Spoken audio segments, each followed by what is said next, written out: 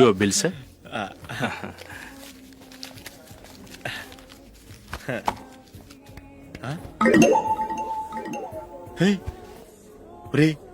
దొరికేసేవరా పరిస్థితి మర్చిపోయాను. అయ్య బాబాయ్ దెబ్బైపోయాను రా. నేను కూడా పర్స్ తీసుకురావడం మర్చిపోయాను రా. అవును మరి నువ్వు తెస్తే అందులో డాలర్స్ గోల్డ్ బిస్కెట్స్ ఉంటాయి. మహా అయితే లాటరీ టికెట్ లాండ్రీ బిల్లు ఉంటాయి, అంతే కదా. ఊరుకురా. 450 రూపాయలు బిల్లు అయింది. ఇప్పుడు ఏం చేయాలి? ఒరేయ్, అక్కడికి ఐడియా రా. ఉన్నానండి. నమస్తే సార్. సారీ సార్, ఆ రోజు జరిగింది మీరు ఇంకా మర్చిపోలేదు అనుకుంటాను. నేను తప్పు చేసి మిమ్మల్ని ఇరికించాను సార్.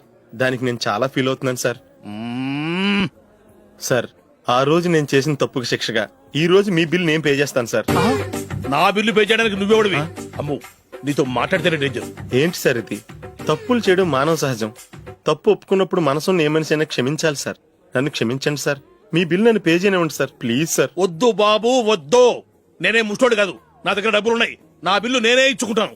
ఒకవేళ డబ్బులు లేకపోతే ఇదే హోటల్లో పిండి రుబ్బుకుంటాను గానీ నీ దగ్గర మాత్రం పైసా తీసుకోను. వెళ్ళు వెళ్ళు. సారీ సార్, నేను వస్తాను సార్. పదరా, మనసున్న మనుషులే లేరు. ఛే, దొంగ వెతవు. ఇలాంటి వాళ్ళని నమ్మకూడదు. బిల్లు ఇచ్చినట్టు ఇచ్చి ఏదో తిరకాసు పెట్టి మోసం చేస్తారు. ఇలాంటి సమయంలోనే మనం చాలా తెలివిగా వ్యవహరించాలి, తెలిసిందా? సార్ ఏంటి? బిల్ నేను పే చేస్తున్నాను. వద్దు, నేను పే చేస్తాను, నువ్వు వెళ్ళు. ఓకే, బిల్ ఆయన ఇస్తారంటండి. ఓకే, వస్తానండి. వీడు వస్తాడని తెలిస్తే ఇంకో బిర్యానీ తినేవాని కదరా. నేను ఇంటికి పాస్లెట్కి వెళ్ళి ఉన్నా. పెద్ద పెద్ద మునగాళ్ళం చూసాం. Bill sir. ఏంటే ఇది? 2 ఫ్రూట్ సలాడ్లు తిన్నాము, 500 రూపాయలు బిల్లా? మీ బిల్లు 50 రూపీసే సార్. పక్క టేబుల్ బిల్ కూడా మీరే ఇస్తాన్నారు కదా, రెండు కలిపి 500 రూపీస్.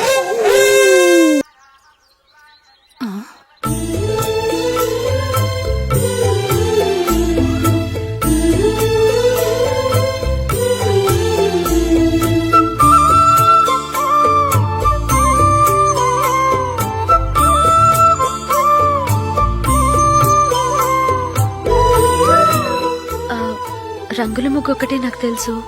మీరెలా వేస్తారో నేర్పిస్తే రేపటి నుంచి అదే వేస్తాను. కాఫీ రెడీ చేశాను. నేను పిల్లల్ని లేపి స్నానం చేయిస్తాను. మీరెళ్ళి అశోక్ వాళ్ళ అన్నయ్య గారికి కాఫీ ఇవ్వండి. టిఫిన్ రెడీ చేస్తాను. మీరు తొందరగా స్నానం చేసి రండి. ఈ చద్దన్నం బయటపడేమ్మా. బయట పారేయడం ఎందుకు? నేను దీన్ని రుబ్బి వడియాలు పెడతాను.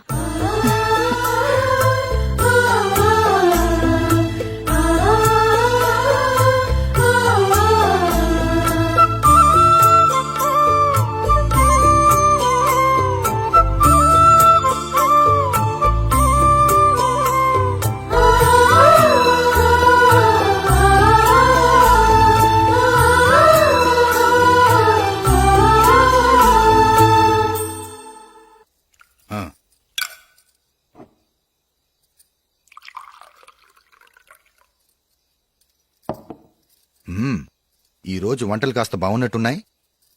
ఇవన్నీ ఆ జూలీ చేసిందండి.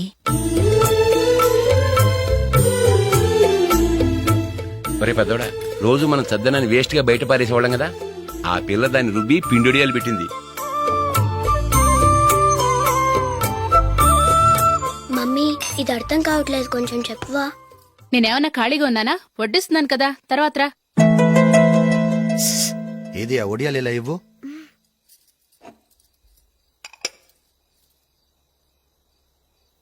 మమ్మీని డిస్టర్బ్ చేయకండి, నేను చెప్తాను, సరేనా?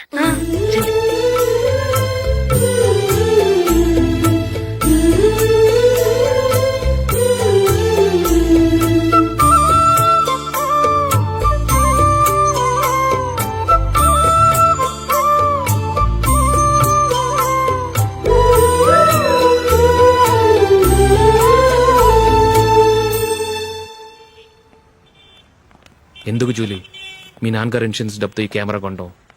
క్రికెట్ టీంలో సెలెక్ట్ అయ్యే వరకు నీకిదే ఉద్యోగం. టీంలో సెలెక్ట్ అయ్యాక లక్షలు సంపాదిస్తావు కదా, అప్పుడు నా డబ్బులు నాకు ఇచ్చే. ఓకే? ఓకే. స్కూల్ కి టైం అయింది, వస్తాను. బాయ్. రండ్రా.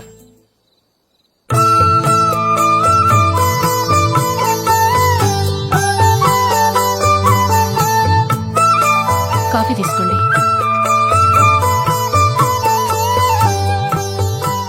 కాదు, నేను చెప్పిందే కరెక్ట్. నేను చెప్పిందే కరెక్ట్. మీ ఇద్దరు కాదు, నేను చెప్పిందే కరెక్ట్. దేని గురించి పిన్ని గారు మీ ఆర్గ్యుమెంట్? ఏమీ లేదు హేమ. సీతారాములు తొలి దీపావళి ఎక్కడ జరుపుకుంటారంటుంది విశాలాక్షి. ఒక్క సీతారాములేంటి, పెళ్లైన వాళ్ళెవరైనా తొలి దీపావళి అమ్మాయి వాళ్ళింట్లోనే జరుపుకుంటారు. వాళ్ళని బట్టి చూస్తే వీళ్ళ దీపావళి కూడా మిథిల్లోనే జరుగుంటుందంటున్నాను నేను.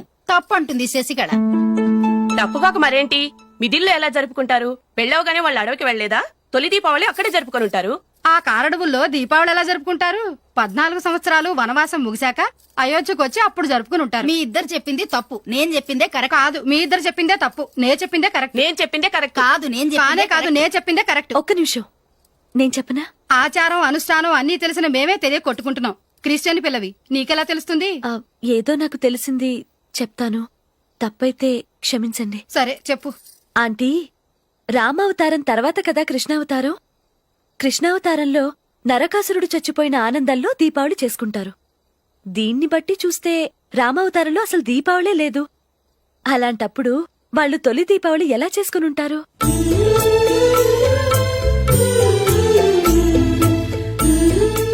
పర్వాలేదే, ఓ క్రిస్టియన్ అమ్మాయి అయ్యుండి మా పండగల గురించి బాగా తెలుసుకున్నావే. యాండి, నేనోటి చెప్తానేం అనుకోరు కదా? చెప్పు. ఏం లేదు, జూలీ వచ్చిన దగ్గర నుంచి నాకు చాలా హెల్ప్ఫుల్ గా ఉంటుంది. పిల్లల్ని ఇంటిని కూడా చక్కగా చూసుకుంటోంది. మీ తమ్ముడికి కూడా జూలీ అంటే ఇష్టం కదా. వాళ్ళిద్దరికీ పెళ్లి చేస్తే ఎలా ఉంటుందంటారు? నేను అదే అనుకుంటున్నాను. ఊళ్ళో అందరూ వీళ్ళ గురించి ఏదేదో వాగుతున్నారు. వీళ్ళకి ముడి పెడితే తప్ప వాళ్ళ నోళ్లు మూతపడవు. మీరేమంటారు నాన్న? ఇది మనం అనుకోవాల్సింది కాదురా, మీ తమ్ముడు జూలియా డిసైడ్ చేయాలి. వాళ్ళనే అడుగుదాం. మీరు మమ్మల్ని తప్పుగా అర్థం చేసుకున్నారు. చిన్నప్పటి నుంచి మేమిద్దరం ఒకటిగా పెరిగాం. అందుకని ఒకటిగా పెరిగిన వాళ్ళు ఒకటవ్వాలనుకోవడంలో అర్థం లేదు. మాకెప్పుడు అలాంటి ఉద్దేశం లేదు. ఈ రోజు వరకు మేమిద్దరం మంచి ఫ్రెండ్స్ అంతే. అంతకుమించి మా ఇద్దరి మధ్య ఎలాంటి తప్పుడు అభిప్రాయాలు లేవు. యారా, ఫ్రెండ్స్ గా తిరిగిన వాళ్ళు పెళ్లి చేసుకోకూడదా? పెళ్ళైన తర్వాత భార్యాభర్తలు స్నేహితులుగా ఉండొచ్చు. కానీ స్నేహం ముసుగులో ఆడామగ భార్యాభర్తలుగా మారాలనుకుంటే అది ఫ్రెండ్షిప్ ని అవమానించినట్టు.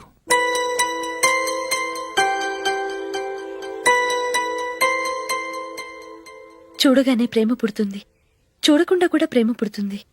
కానీ చూడగానే స్నేహం పుట్టదు, చూడకుండా కూడా పుట్టదు. ముందు పరిచయం కావాలి, ఒకరినొకరు అర్థం చేసుకోవాలి. ఆ తర్వాతే స్నేహం పుడుతుంది.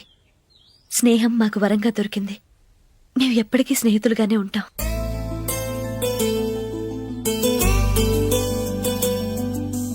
మిమ్మల్ని చూస్తుంటే చాలా గర్వంగా ఉంది. అందరిలా మీరు కూడా మేము ముందు స్నేహితులం, తర్వాత లవ్ చేసుకున్నామని చెప్పకుండా మేము స్నేహితులుగానే తిరిగాం, స్నేహితులుగానే ఉంటామని స్టబన్ గా చెప్తున్నారు. హ్యాట్స్ ఆఫ్ రా, హ్యాట్స్ ఆఫ్.